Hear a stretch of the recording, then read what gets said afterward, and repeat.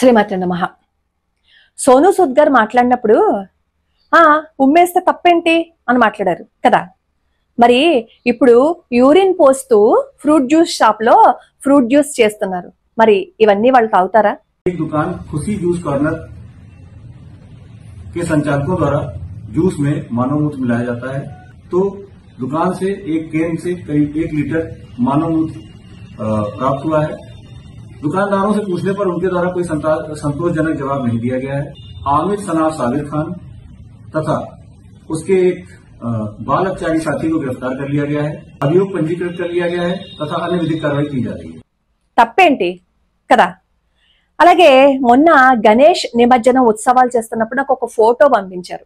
గణేశుడికి పైన టోపీ పెట్టుకున్నారు. పరాయి మతస్థులు ఎవరైతే అక్కడ కూర్చుని ఉంటారో ఆ పోస్చర్ కనిపిస్తుంది అనమాట. అలా కూర్చుని ఉండగా అక్కడ ఆ విగ్రహానికి పూజలు చేశారా? అది హిందువులు చేశారా, లేదు అంటే హైందవేతరులు చేశారా? నిజంగా అవి చూస్తున్నప్పుడు ఏమనిపిస్తుందో తెలుసా? మనలో మనకే విద్వేషాలు పెంచడం కోసమైనా ఇలా చేస్తున్నారు అని అనిపిస్తుంది. సరే, ఎవరో మనలో మనకి ఏవో గొడవలు పెట్టాలని ఇలా చేస్తున్నారు అని అనుకోవడానికి, గణేష్ నిమజ్జనం చేసినప్పుడు ఆ గణేశుడి పూజ మనమే మన ఇష్ట ప్రకారము చేసుకుంటూ ఉంటాం కదా.